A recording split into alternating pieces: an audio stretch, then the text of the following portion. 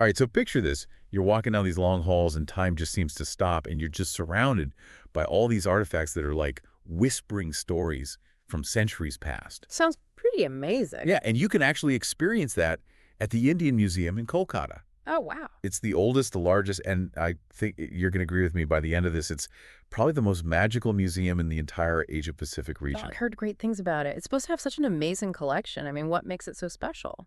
Yeah, so instead of just thinking about it as like a building full of old stuff, it's more like a living record, Mm. you know? It silently tells the story of civilizations and amazing discoveries and artistic achievements. So it's like a journey through time. Exactly. Yeah. And that's exactly what we're going to be exploring today. I've got Mhm. some really fascinating material here all about the museum, and we're going to like peel back all the layers and unpack its story. I'm excited to dive in. Where do we even begin with a history that rich? Well, let's go all the way back to the beginning. The very first ideas for this museum, they actually started back in 1784 in Kolkata, Okay. or Calcutta as it was called back then. Right. And at that time, the city was really growing as like this hub for learning and cultural exchange under British rule. Makes sense. It was a major center even back then. So was the museum like a British project then? Well, it's interesting because it was kind of born out of this really cool group called the Asiatic Society. Okay, I've heard of them. Weren't they like a big deal? Oh, yeah. They were huge. They were founded by this guy, Sir William Jones, and they were like the Center for Research and Intellectual Discussions, all about, Indian and Asian culture. So like the OG Indologists. Exactly. And the really cool thing is that in the very beginning, the Asiatic Society, they didn't actually plan to create a museum. Oh, really? Their main focus was just on learning and exploring these ancient cultures through research and discussions. So like a think tank, almost. Yeah. Exactly. Like imagine the best minds of the time just getting together to study and document the history and the languages and the culture of this vast region. That's amazing. And they weren't just, armchair scholars. They were out there doing real field work, right? Like linguistic studies and archaeological surveys. Absolutely. They were laying the foundation for how we understand Indian history and culture even today. That's a pretty impressive legacy. So when did the actual museum come into the picture? So that's where the story takes a bit of a turn. About 30 years later in 1814, this really important figure comes onto the scene, Okay, who are we talking about? Dr. Nathaniel Wallich. Wallich. That name rings a bell. Wasn't he a botanist or something? Yeah, he was a Danish botanist, and he actually had a pretty dramatic backstory. Oh, really? He was actually captured during a siege in Serampore. Wow, what a story. But get this, he was eventually released because his scientific work was so important. So they were like, we need this guy's brains more than we need him as a prisoner. Pretty much. Yeah. And it's what he envisioned next that's really crucial to the story of the museum. Okay, what did he have in mind? So Wallich, he had this big idea. He wanted a dedicated space where all the amazing things in the natural world and all of human culture and art could be preserved and displayed. So like a time capsule for future Yeah, generations. exactly. He wanted people to learn from it and be inspired by it. What a vision. So did he manage to make this happen? Oh, yeah. He was super committed to this idea. He actually donated his own massive personal collection to get the museum started. Wow, that's dedication. And not only that, he volunteered to be the curator without even getting paid. Seriously? Yeah, talk about passion. I mean, can you imagine someone doing that today? That's incredible. What do you think motivated him to be so selfless? Well, I think it speaks to the spirit of the time. Hmm. These intellectuals, they genuinely believed in the power of knowledge and preservation. It wasn't about money or fame. It was about something much bigger. It's inspiring to think about. So is that when the Indian Museum was officially born? Yeah, February 2nd, 1814. That's the date they mark as the birth of the museum. So it all started with this one guy and his collection. Exactly. It was Yeah. originally called the Oriental Museum of the Asiatic Society, but that was the very beginning of what would eventually become the Indian Museum as we know it today. It's amazing how something so grand can have such humble beginnings. So once they got going, did things start to pick up? Oh, yeah. Once that spark was lit, it really took off. What happened? One of the sources described it as a magnet for curiosities.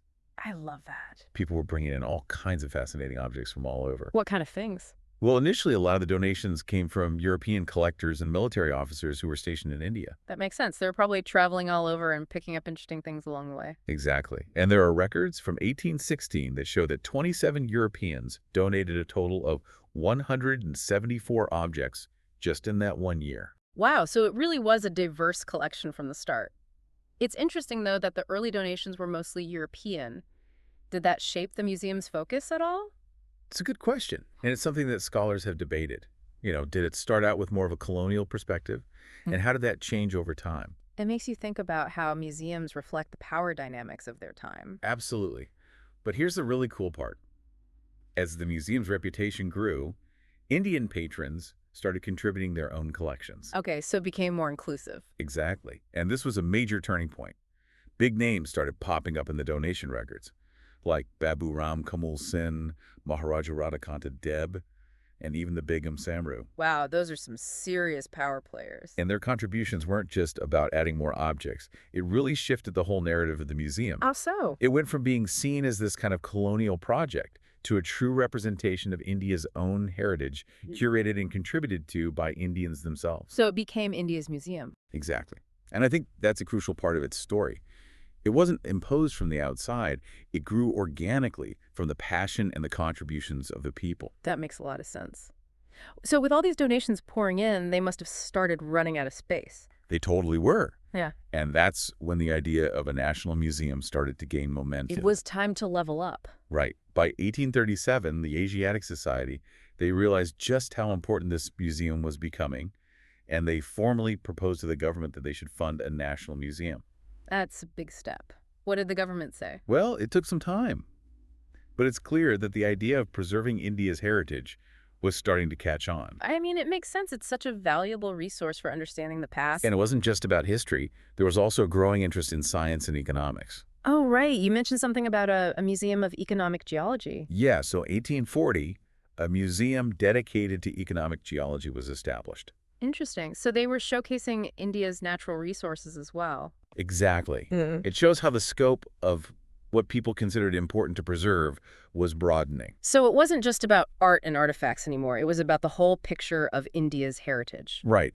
And all of this really culminated in 1856 when the concept of a grand imperial museum started to take shape within the government. So the government was finally on board. Yeah, they were starting to understand the value of having this grand institution that could represent all facets of India. It sounds like a turning point. So did they actually start building this imperial museum? They did, and it was a huge undertaking. I can imagine.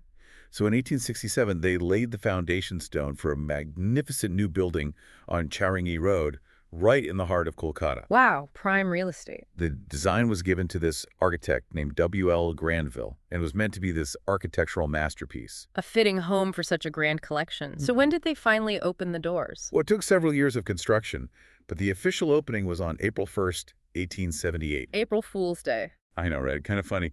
But this was a serious occasion.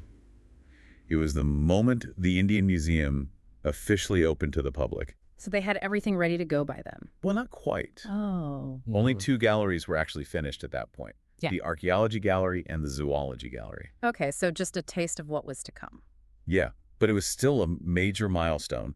And over the years, the museum just kept growing and expanding until it became the sprawling institution we know today.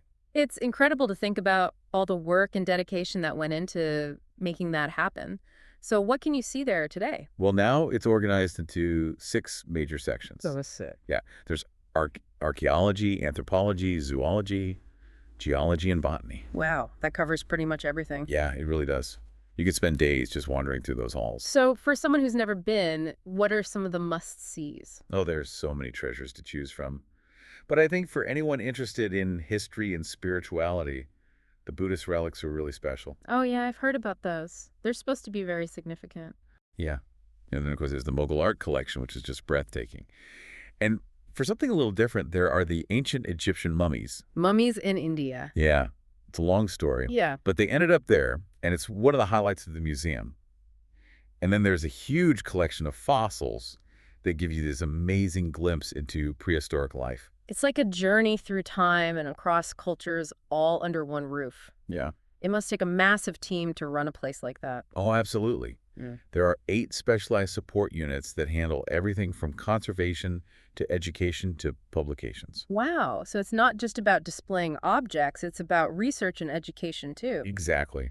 And they even have a medical unit just for their staff, which gives you a sense of the scale of the operation. It's like a small city dedicated to preserving and sharing knowledge.